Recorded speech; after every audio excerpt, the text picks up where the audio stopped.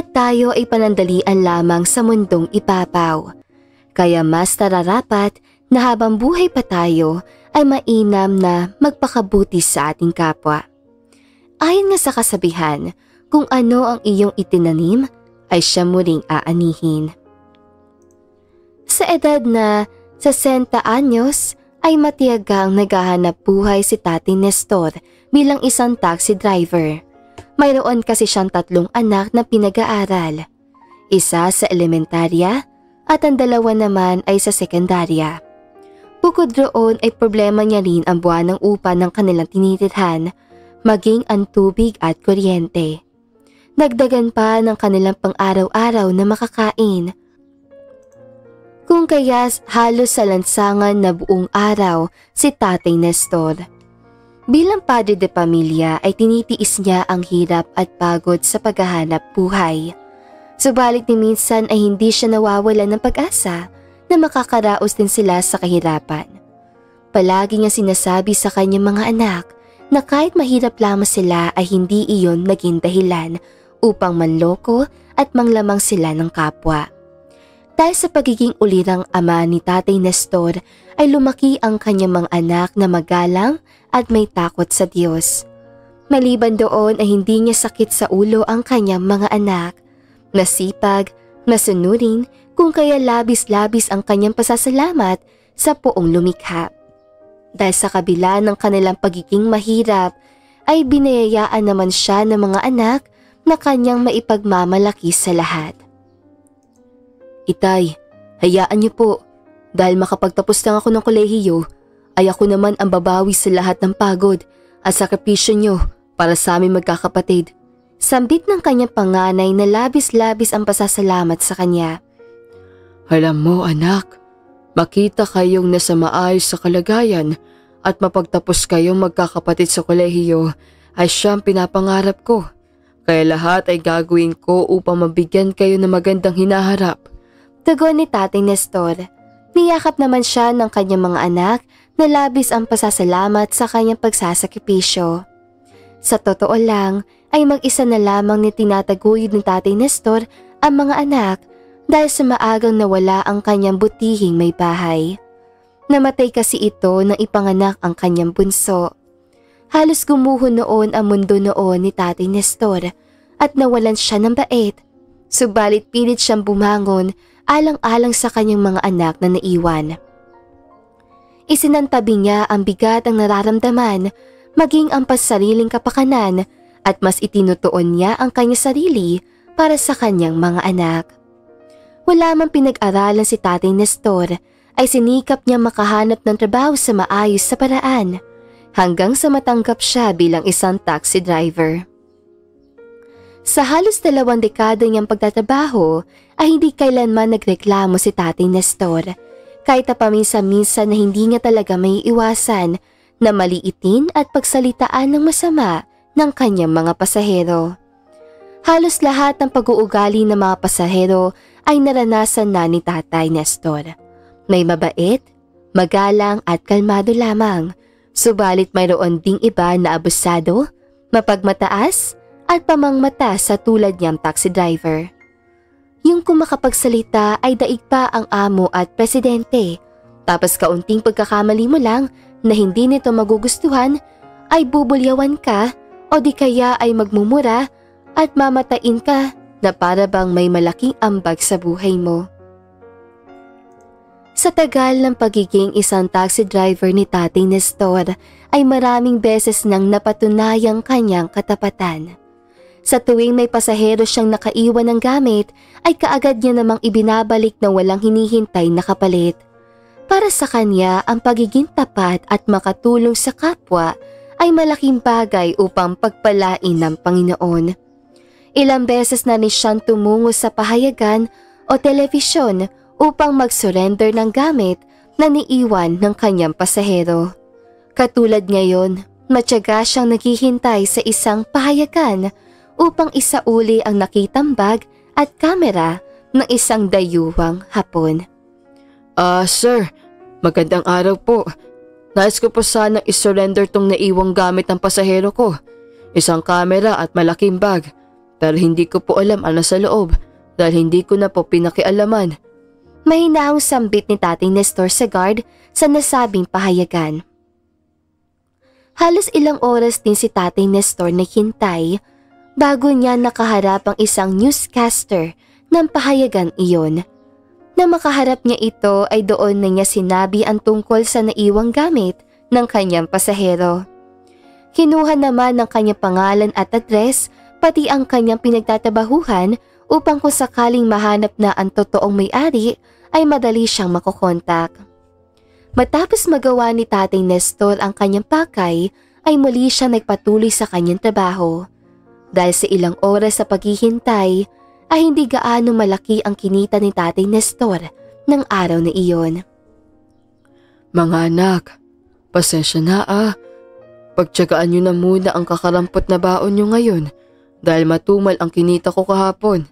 Sambit ni Tatay Nestor sa kanyang mga anak. Wala pang problema, Tay. Wala naman kaming kailangan pagastusan po ngayon. Tugon ng kanyang mga anak. Oh, halina kayo sa kusina na makapag-almusal na tayo. Nang sa ganoon ay maaga rin ako makapagtrabaho. Masayang sabi ni Tatay Nestor. Habang nasa kasarapan ng pagkain si Tatay Nestor ay biglang tumunog ang kanyang cellphone. Doon niya nalaman na ang tumawag pala ang iyong pahayagan ng kanyang pinuntahan kahapon at pinapunta siya doon dahil nais daw na may-ari ng gamit na isauli niya na makita siya ng personal upang makapagpasalamat. Pagkatapos siya makapag-almusal ay mabilis namang pumunta si Tatay Nestor. Doon niya nakita ang pasahero niyang Hapon na masayang naghihintay sa kanya. Lubos naman ang saya ni Tatay Nestor dahil naibalik na sa tunay na may-ari ang gamit na naiwas sa kanyang sasakyan.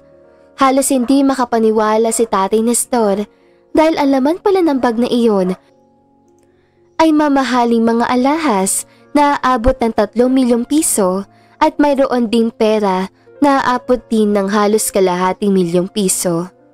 Sobrang pasasalamat ang negosyanteng Hapon na iyon kay Tatay Nestor at sinabi pa nito na talagang hindi siya nagkamali na magnegosyo sa Pilipinas dahil sa pagiging matulungin at magagandang asal ng mga Pilipino.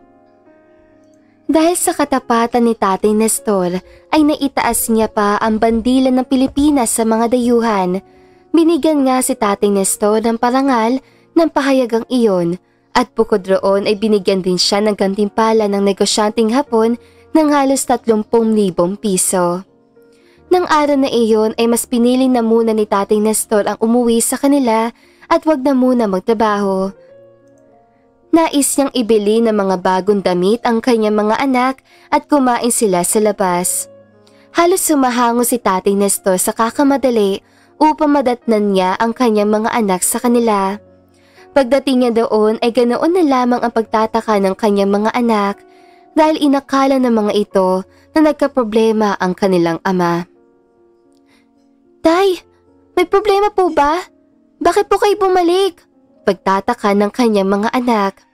Abot tenga naman ang ngiti ni Tatay Nestor sabay pakita ng kanyang sertifikasyon na natanggap bilang pakilala sa kanyang katapatan. Walang problema anak. Ang totoo, masayang-masaya ako ngayong araw dahil dito sa mga biyayang ibinigay ng Panginoon sa akin. Tignan niyo Tugon ni Tatay Nestor sabay pakita ng kanyang hawak-hawak na certification. Tuwan-tuwa naman na makita ang kanyang mga anak ang hawak niya at sabay pa ang mga ito nagsipalakpakan. Tatas ka talaga, Tay!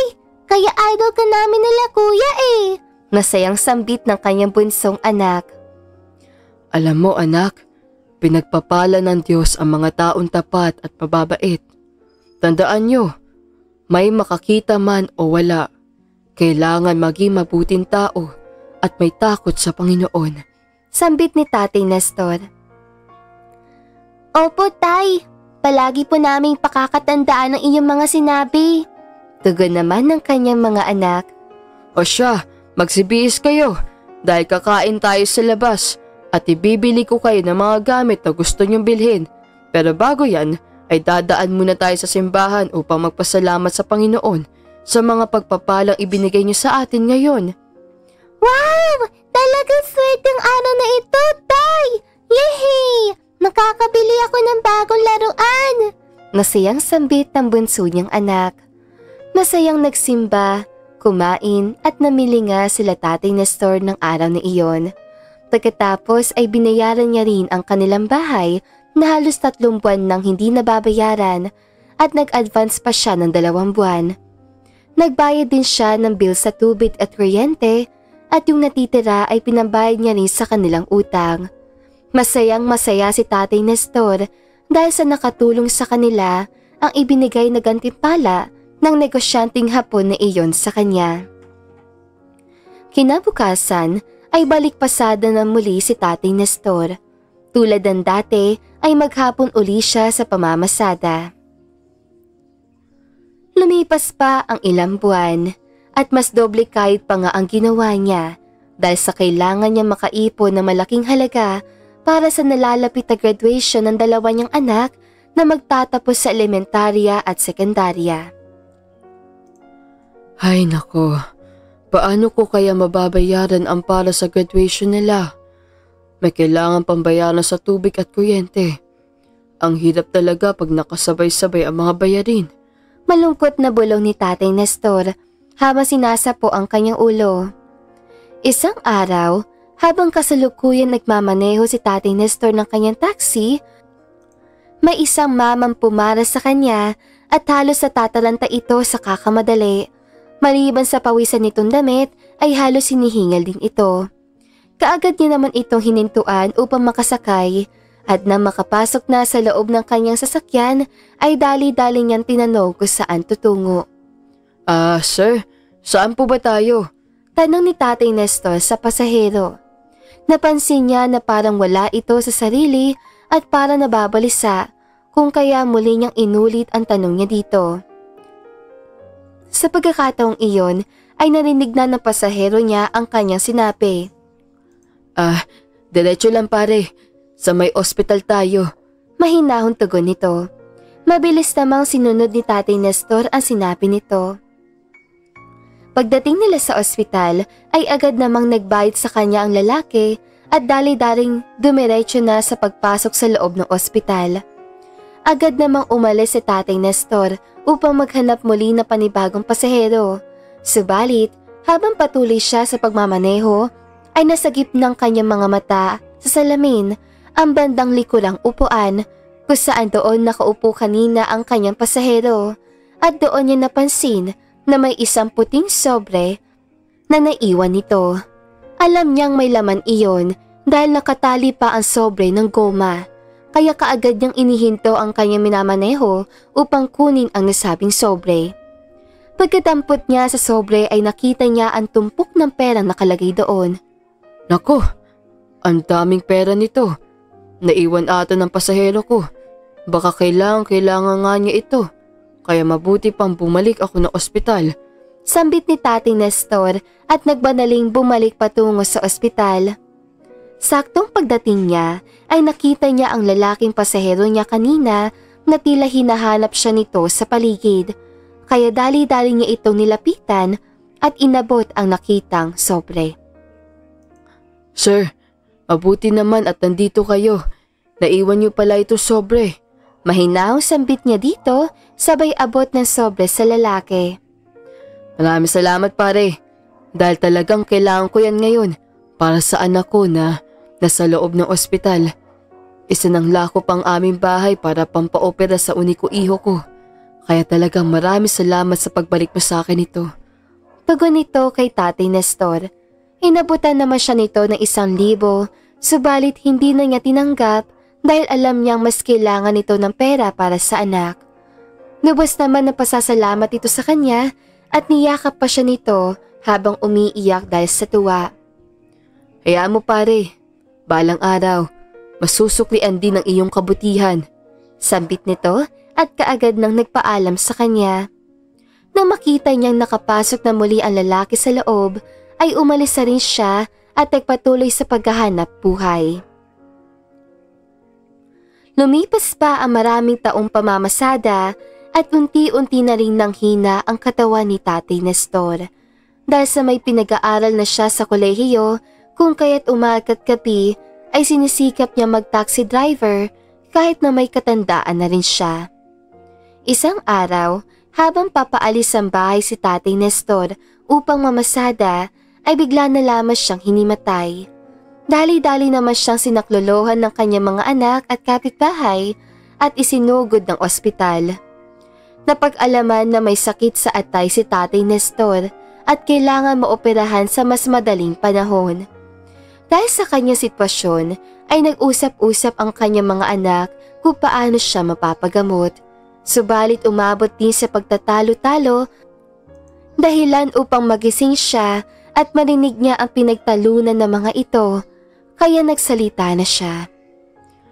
Mga anak, wala tayong pampa-opera, kaya mas mabuti pang iuwi niyo na lang ako ng bahay. Mahinang sambit ni Tatay Nestor sa kanyang mga anak. Ayaw mang sumunod ng kanyang mga anak sa kanyang ninanais, subalit aminado silang hindi nila kaya mapa-opera ang kanilang ama, kaya wala na silang magagawa kundi ang sundin ang desisyon nito. Habang nakiimpake ng kanyang mga anak ng kanilang mga gamit, ay may biglang lumapit sa kanya na isang lalaki. Hoy pare, kamusta ka na? Mukhang nagliligpit na ata kayo. Discharge ka na ba? Sambit ng isang lalaki kay Tatay Nestor. Hindi pa pare, pero wala na kami pang opera sa sakit ko. Kaya mas mainam kung uuwi na lang kami ng bahay. Malungkot na tugon ni Tatay Nestor sa kausap. Opera ba ka mo? Huwag kang mag-alala pare. Tutulungan ka namin ng anak ko. Isa na siyang doktor dito sa ospital na ito. Kaya kakausapin ko siya ngayon din mismo. Sambit nito sa kanya. Dahil sa kanyang narinig ay tinignan niya ang kausap at ganoon na lamang ang kanyang pagkabigla na makita na ang lalaking kanyang pasahero dati na sinaulian na sobre ang kanyang kausap. Pare, ikaw? Sambit ni Tatay Nestor dahil sa pagkabigla. Oo pare, naalala mo pa ba ako? Ako yung pasahero mo dati na sinaulian mo na sobrang may pera. Alam mo pare, dahil sa ginawa mo ay nailigtas mo ang anak ko sa tiyak na kamatayan. Kaya ngayong ikaw naman ang nangangailangan ng aming tulong. Hindi ka namin bibiguin. Sambit nito kay Tatay Nestor. Napaluhan naman ang matanda at niyakap na mahigpit ang taong kanyang natulungan dati. Naoperahan niya si Tatay Nestor sa tulong ng anak nito na isa ng doktor sa ospital na iyon hanggang sa gumaling siya. Maliban doon ay tinulungan din sila na pag-aralin ang kanyang mga anak sa kolehiyo at binigyan siya ng maliit na puhunan para sa kanyang naiisip na negosyo. Tunay nga na kung ano ang iyong itinanim ay siya muling aanihin. Kung mabuti ka sa inyong kapwa ay pagpapalain ka ng Panginoon. At dito na nga po nagtatapos sa magandang istoryang ito. Maraming salamat mga kakwentuhan! Huwag niyong kalimutan mag-like at subscribe at pindutin na rin ang notification bell para lagi kayong updated sa ating kwentuhan. Hanggang sa muli, paalam!